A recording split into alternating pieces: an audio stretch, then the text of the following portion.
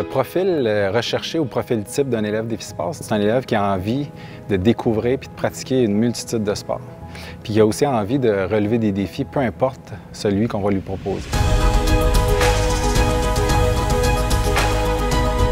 Tu n'es pas obligé d'être un athlète pour être en Défisport. On veut que tu sois un sportif, on veut que tu aies un certain niveau de condition physique. Ce qu'on veut surtout, c'est que tu sois curieux, que tu sois motivé, que tu aies envie de travailler en équipe aussi et qu'il soit persévérant. Parce qu'au cours de tes 5 années, on va te présenter des défis qui vont te demander tous ces principes-là.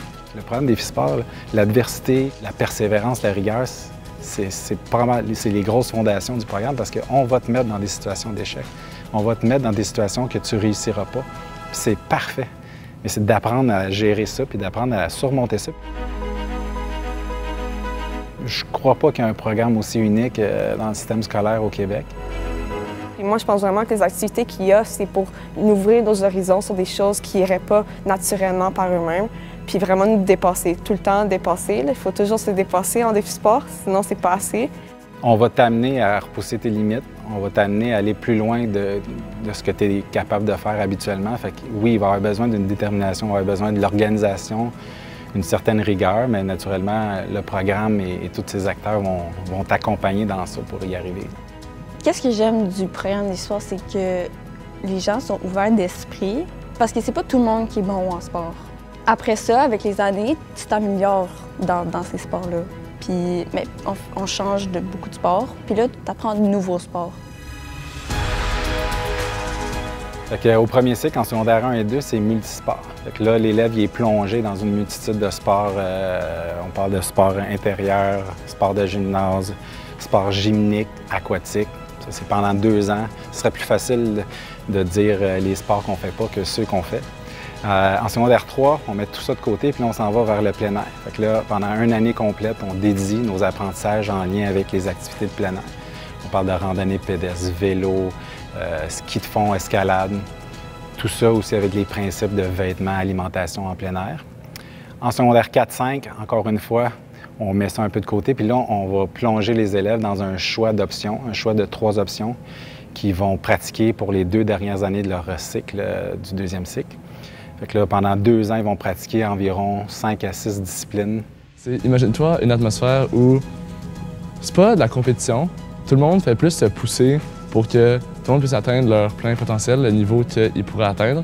Imagine-toi une atmosphère comme ça, avec des nouvelles activités, du plaisir, une ambiance en train de faire de compétition amicale, je dirais. Imagine-toi ça, là, ce petit bloc-là, fait fois 1000 à ça, puis ça te donne pas loin de l'idée de prendre du sport, c'est quoi?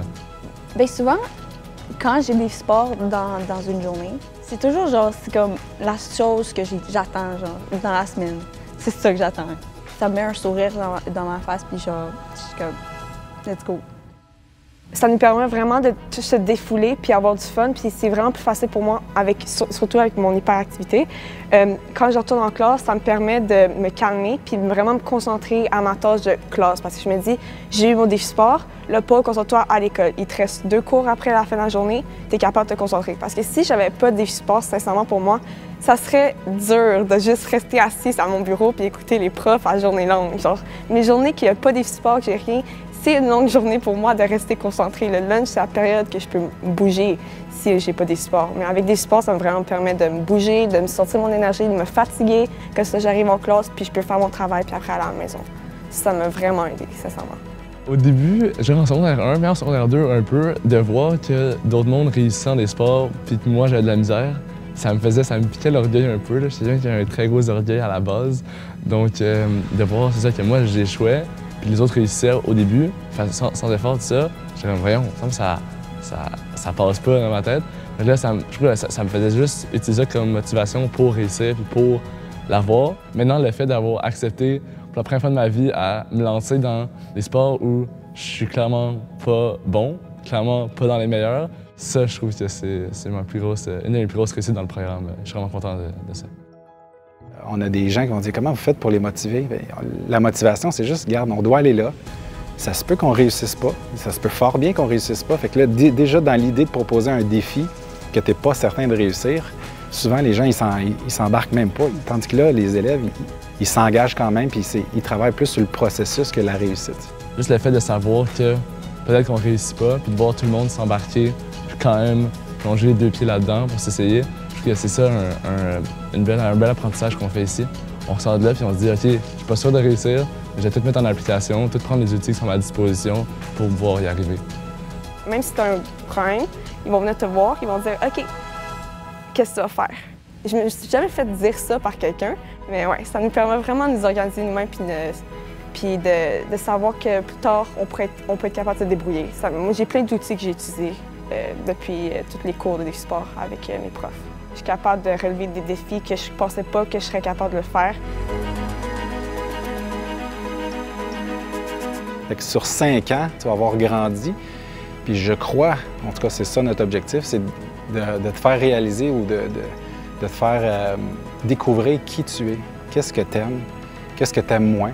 Il y a des activités qu'on pratique, puis c'est bien correct là, avec toutes les activités qu'on va faire. Ça se peut qu'il y en a qui te disent « Ouais, celle-là, je ne la referai plus jamais », mais tu l'as faite.